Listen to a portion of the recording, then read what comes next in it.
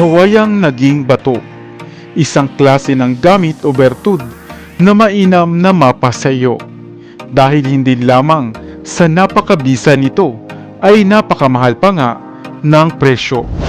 Halika at alamin ang tunay na bisa ng kawayang naging isang bato. Hello, what's up? Your best here. Mahilig ka rin bang mangolekta ng mga kakaiba, mamahalin at mga natatanging bato na minsan ay tinatawag ngang mutya? Ngunit aakalain mo ba na mayroon din pala ang puno na ito na kilalangan natin bilang kawayan? Ano-ano nga ba ang mga taglay nitong bisa at saan mo ito maaaring magamit? Kaya kung isa kang magmumutya at mahilig sa mga bagay tulad nito, ang videong ito ay para sa iyo. Madalas mo na sigurong marinig ang mga salitang mutya dito sa YouTube, lalo na nga dito sa ating channel. Ngunit batid ko na labis ka pa ring nalilito at naguguluhan kung ano nga ba talaga ang mga eksplanasyon ng mga bagay na ito. Ang mga mutya o bertud ay kadalasang makukuha sa mga hayop, halaman, puno, at mga natural na lalang ng kalikasan. Kung inaakala mo na ang kabibi lamang ang natatanging nilalang na may kakayahang makabuo ng perlas o mutya, ay nagkakamali ka, sapagkat halos lahat ng mga likha ng Diyos ay maaaring magtaglay nito. Depende na lamang sa kondisyon ng kanilang kapaligiran. Nagagawa nilang mapaging bato o ma-fossilize o ma-crystallize ang bahagi ng kanilang katawan. Ang salitang mutya o perlas ay popular dito sa atin sa Pilipinas. Subalit ito ay tinatawag namang mahiwagang mga bato o magic jewel sa iba pang mga panig ng mundo. Isang bagay na maaaring magtaglay ng mga kakaibang enerhiya o bisa. Ang mga mutya, talisman, amulets o charm ay ilan lamang sa mga normal na pagkakakilanlan nito. Ang mga mutyang ito ay madalas ngang gamitin sa mga ritual bilang dagdag na panghatak at isang mainam na proteksyon. Bawat mutya ay natatangi base sa kanilang pinagmulan o pinagkunan. Ang mga mutya ay natural na mabisa at nagtataglay ng superordinaryong enerhiya. Maliban sa taglay nitong lakas, karamihan ng mga mutya ay makagagaling o mainam sa panggagamot. Madalas na ginagamit ang mga perlas o mutyang ito ng mga sinaunang tao. Kanila itong isinusuot o ginagawang kwintas bilang proteksyon, pampaswerte, dagdag kalakasan, karisma, at pampalakas ng kanilang aura. Napakahalaga ng mga mutya, tulad nga ng perlas, kahit noong unang panahon ay handang gumastos ang mga hari at mga pinuno para lamang magkaroon ng mga ito. Dahil ito ay kanilang ginagamit bilang poison antidote, na kagaya ng kakayahan ng mutya ng ahas na nakagagaling nga sa mga kagat nito. Kung nais mo ng detalyadong kaalaman tungkol sa mutya ng ahas, ay mag-iiwan na lamang ako ng link sa ibaba ng videong ito. Ang mga mutya ay buhay o mga living things, sapagkat ito ay nagtataglay ng supernatural na mga enerhiya na maaari ngang magamit na proteksyon at pampaswerte. Halika at alamin natin ang isa sa mga natatanging halaman na nagtataglay pala ng mutya, ang mutya ng kawayan. Ang kawayang naging isang bato. Gaya ng pangkaraniwang kawayan, ang isang ito ay naging isang bato o na-fossilize o na-crystallize sa paglipas ng mahabang panahon. Ito ay maaaring makuha sa katawan ng puno ng kawayan. Ang mutyang ito rin ay nabanggit sa sinaunang kasulatan sa relihiyong Hinduismo na Garuda Purana, na Bibliya nga nila kung maituturing. Subalit hindi mo makukuha ang mutyang ito kung saan-saang puno ng kawayan lamang. Ayon sa aklat, ito ay maaaring mabuo lamang sa mga puno ng kawayan na tumutubo sa mga banal na lugar o sagradong lugar. Ang mutyang ito rin ng kawayan ay nagtataglay ng totem o enerhiya buhat sa kawayan o espiritu ng kalikasan. Ang sino man raw na magkameron nito ay magtataglay ng swerte, haba ng buhay, kakaibang lakas, talas ng kaisipan, proteksyon at kakaibang kakayahan. Maaari mong hawakan ang mutya ng kawayan gamit ang iyong kaliwang kamay at isipin mo lamang o i-visualize ang iyong mga pangarap upang ito ay madaling matupad. Ilagay mo rin ito sa ilalim ng iyong unan upang makaiwas ka sa pagkakaroon ng bangungot sa pagtulog at mapayapang pagtulog. Lagi itong dalhin upang kusang maghilom ang sugat o anumang karamdaman na iyong dinadala. Ibabad din ito sa tubig matapos sa inumin naman upang magsilbing charged water. Parati mo itong dalhin upang magdala sa iyo at maging pang-akit ng swerte. Ang mutyang ito ay maaaring magkahalaga na nga ng 140,000 pesos o $2,828 sa kasalukuyan. Ikaw, nais mo rin bang magkameron nito? Tubo ng niyog? Isang mabisang mutya at gamit? Nakakita ka na ba nito? Hello, what's up? Your best here. Sa videong ito ay kilalanin natin ang isang bertud o mutya mula sa bunga ng niyog, ang tubo nito. Ano nga ba ang mga tinataglay nitong kapangyarihan at bisa? At ano ang dapat mong gawin kung makasumpong ka nito? Ang Pilipinas ang isa sa mga bansa sa Asya na pinagmumulan ng maraming produkto na buhat sa puno o bunga ng niyog. Niyog na masasabing puno ng buhay, sapagkat bawat bahagi nito ay magagamit o kapaki-pakinabang. At kung ikaw ay laking probinsya, ay siguradong pamilyar ka na nga sa tubo ng niyog. Ang tubo ng niyog o coconut pearl, coconut embryo o coconut apple ay isang parte o bahagi ng bunga ng niyog. Bakit nga ba nagkakaroon nito? Ang bawat bunga ng niyog ay binubuo ng bunot, ng baon ng niyog, ang matigas nitong outer layer, laman na kadalasang pinagmumulan ng gata, at ang sabaw o tubig nito. Subalit sa tuwing ang isang niyog ay magmamature na o magkakaedad na, ito ay nagsisimula ng magkaugat sa labas, gayon din ang mga dahon nito. At kung ito ay bubuksan ay naroon ang tubo o coconut embryo. Masarap itong kainin, makatas, malutong at manamis-namis. At maaari mo ngang isangkap sa ilang piling putahe. Subalit ayon sa mga matatandang paniniwala ng mga magmumutya at antingero, maliban sa kapangyarihang taglay ng baon nito o ng baon ng niyog na walang mata, ang tubo o embryo nito ay isa rin palang mutya. Sa oras na makakuha ka raw nito ng tubo ng niyog na naging bato, itago ito at ingatan, sapagkat bibihira lamang itong masumpungan. Ang mutya ng tubo ng niyog na ito ay isang mabisang pampaswerte sa negosyo man at kabuhayan. Isa rin itong tagabulag na upang hindi ka makita ng taong may masamang balak sa iyo.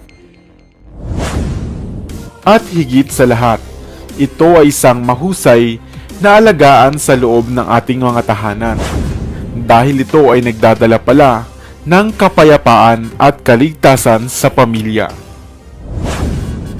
Ibalot ito sa puti o sa pulang tela at huwag ipagyayabang.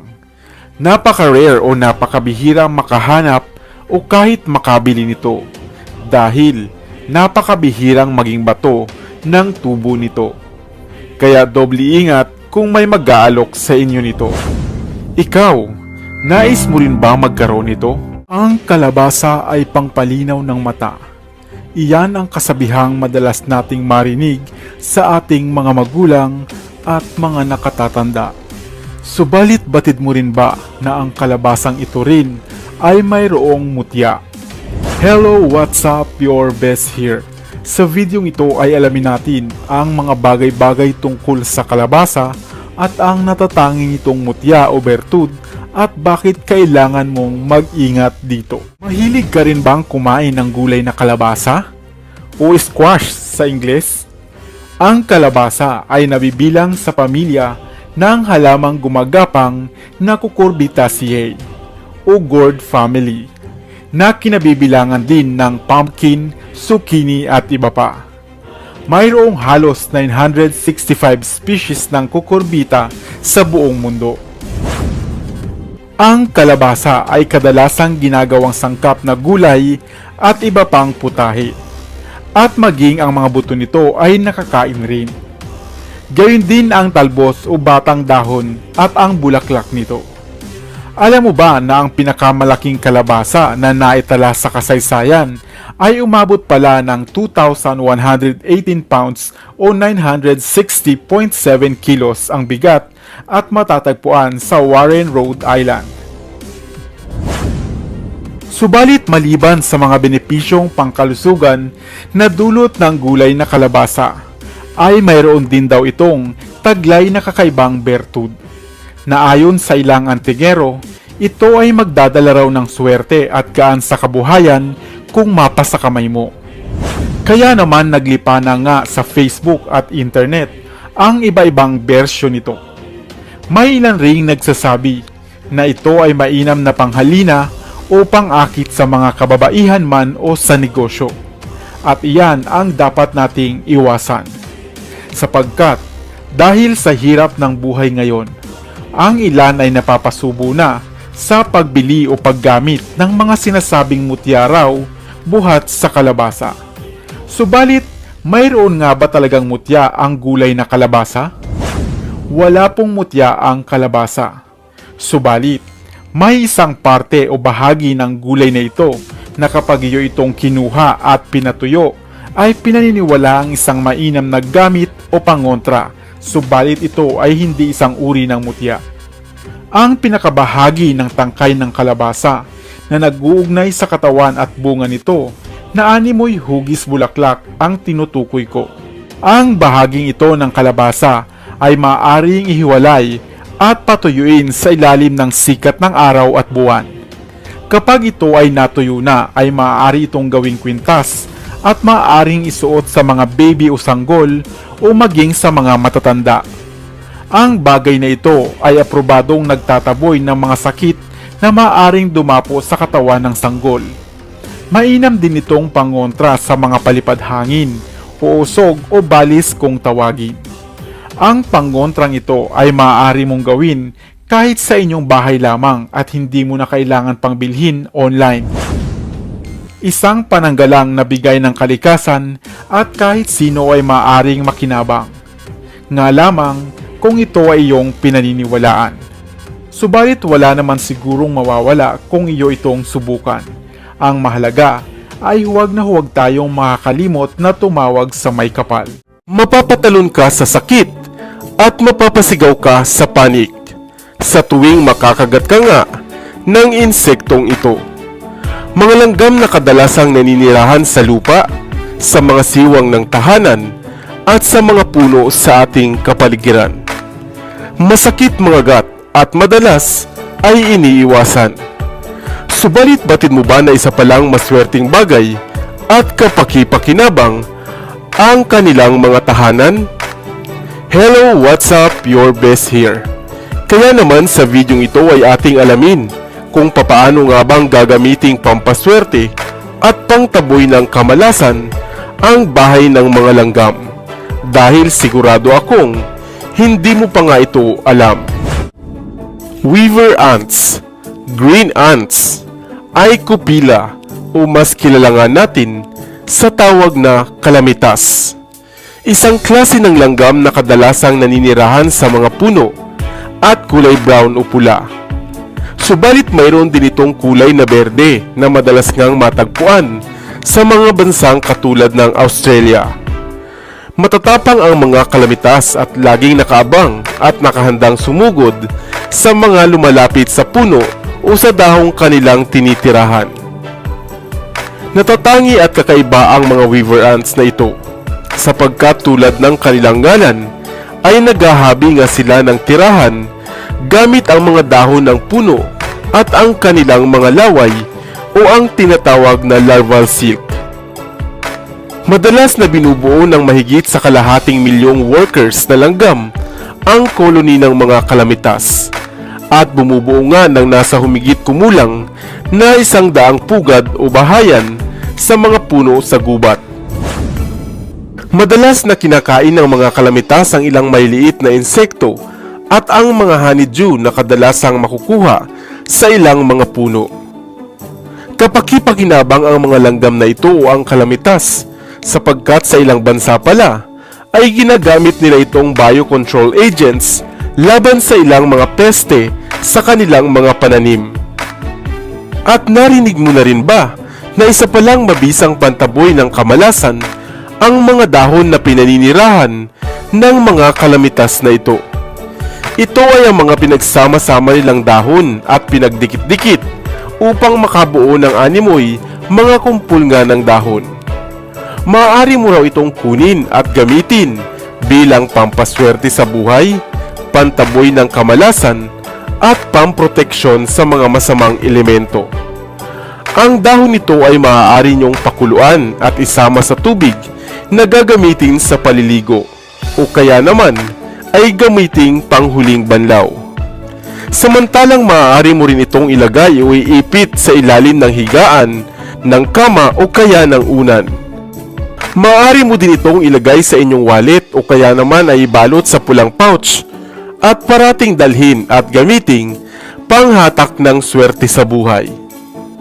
O hindi ba't nakabibilib pala ang mga bahay ng langgam na ito o ang bahay ng kalamitas?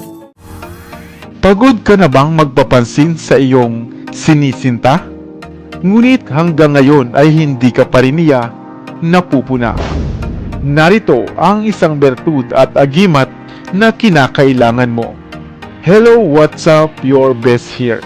Sa videong ito ay kilalanin natin ang natatanging gamit buhat sa isang punong kahoy na nagtataglay pala ng malakas na pang-akit. At alamin kung saan mo nga ba ito maaaring makuha at magamit. Naniniwala ka ba sa mga pampaswerte, panggayuma o mga pang-akit? Kung gayon, ang videong ito ay para sa iyo. Subalit kung hindi ka naman naniniwala sa mga lihim na karunungan at bisa ng mga gayuma, agimat at mga anting-anting o kaya naman ay mutya, ay mag-next video ka na lamang. Alam mo ba na dito sa atin sa Pilipinas, na kung saan ay napapalibutan ng maraming kagubatan at mga kakahuyan, ay mayroon palang isang puno na kung saan ay nagtataglay ng mga maliliit at pinong hibla ng ugat. Subalit hindi pangkaraniwan ang mga ugat na ito, sapagkat ito ay animoy isa ring mutya. Pinaniniwalaang ang punong ito na nagtataglay ng ugat na ito ay lapitin daw ng mga hayop at mga kakaibang nilalang. Ito ay ang tinatawag na ugat ng tiw-tiw. Ano nga ba ang ugat ng tiw-tiw? Ang ugat na ito ay isang animoy pang-akit na ugat na kung saan ang mga hayop gaya ng ibon, insekto, isda, ahas at mga iba pang ligaw na hayop ay madalas ma-attract. Animoy tinatawag sila nito at inaanyayahang lumapit dito. Subalit hindi lamang mga hayop o mga ligaw na hayop ang nahuhumaling dito, pati na rin ang mga maligno at ibang mga ligaw na elemento. Kaya naman ang pagnanais na makakuha ka nito ay labis na delikado, sapagkat maaaring sa oras na hawak mo na ito ay paglaruan ka ng mga maligno. Subalit bakit nga ba pinagkakainteresan o ninanais pa ring makuha ang ugat na ito? Ang ugat ng tiw-tiw ay isang mainam na pampaswerte sa mga negosyo at pang-akit sa mga customer. Pinaniniwalaan din na kapag tangan mo ito, ay magiging sentro ka ng atensyon at kagigiliwan ng nakararami. Isa itong mainam na panghalina, lalo na nga sa iyong natitipuhan. Sa mga probinsya nga ito ay ginagamit na pangtawag o pangkati ng mga isda ng mga mangingisda upang makahuli sila ng marami. Sa tulong ng ugat na ito ng tiw-tiw ay hindi ka mawawala ng huli sa oras na ikaw ay pumalaot. Kaya kung ikaw ay isang single o isang negosyante o kaya naman ay nagnanais ng espesyal na atensyon, ang ugat na ito ng tiw-tiw ang mainam sa iyo. Ano sa inyong palagay?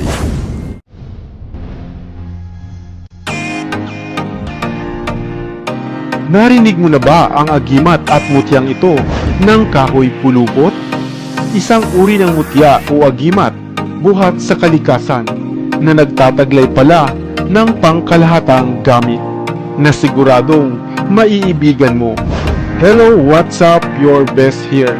Sa videong ito ay alamin natin ang kakaibang gamit buhat sa punong kahoy. Ano-ano nga ba ang taglay nitong bisa at ang mga angking kakayahan? Isa ka bang antingero o magmumutya na mahilig sa mga kakaibang gamit na nagtataglay ng mga pampaswerte, proteksyon at mga pangdepensa? Kung gayon, mainam sa iyo ang mutyang ito. Negosyante ka ba at naghahanap ng mabisang pampaswerte? Kung gayon, mainam din sa iyo ang mutyang ito. At hindi lang iyan, napakarami pang gamit ng mutyang kahoy pulupot. Iyan ang iisa-isahin natin. Ano nga ba ang mutyang kahoy pulupot? Ang mutyang ito ay isang sanga o katawan ng kahoy na animoy nakatali o nakabuhol. Napaka-rare o bibihira lamang matagpuan o masumpungan ang ganitong uri ng kahoy, na kung ikaw ay papalarin o pagkakalooban nito ay napakaswerte mo na. Ang mutyang kahoy pulupot ay isang kahoy o mutya ng kahoy na masasabing isang pangkalahatang gamit. Sa makatuwid, halos magagamit mo ito sa maraming bagay. Isa itong proteksyon laban sa mga masamang balak sa iyo, lalo na ng mga lalang ng tao. Maaari itong gawing pampaswerte o pampalakas sa inyong negosyo o kabuhayan. Kung gagamitin mo naman ito sa trabaho, ikaw ay magugustuhan ng iyong mga katrabaho at maaaring makuha mo ang loob o tiwala ng boss mo. Gamit ito ay maaari kang makaiwas sa mga naninira sa pangalan mo. Nagtataglay rin ito di umano ng tagabulag para hindi ka makita ng mayroong masamang balak sa iyo, at gayon din bilang pampabait o pampalubag loob ng mga taong may angking galit sa iyo. Ngunit papaano nga ba ito gamitin? Ang kahoy na ito ay ingatan at alagaan lamang ng pakaing dasal. At kung iyo itong maalagaan ng tama, lahat ng iyong hilingin dito ay tiyak mapapasa kamay mo. Huwag lamang iyong ikasasama naman ng ibang tao, sapagkat ang lahat ng mga agimat at mutya ay nanghihina o nawawalan ng bisa kung ito ay magamit mo sa masama. Ikaw, nais mo na rin ba ng mutyang ito? Dito na sa Best TV, tayo ay matuto. Utak mapuno ng bagong kaalaman. Dito na sa Best TV, tayo ay lumibot. Lihim na mundo ay ating matuklasan. Dito yan sa Best TV, dito yan sa Best TV, dito yan sa Best TV.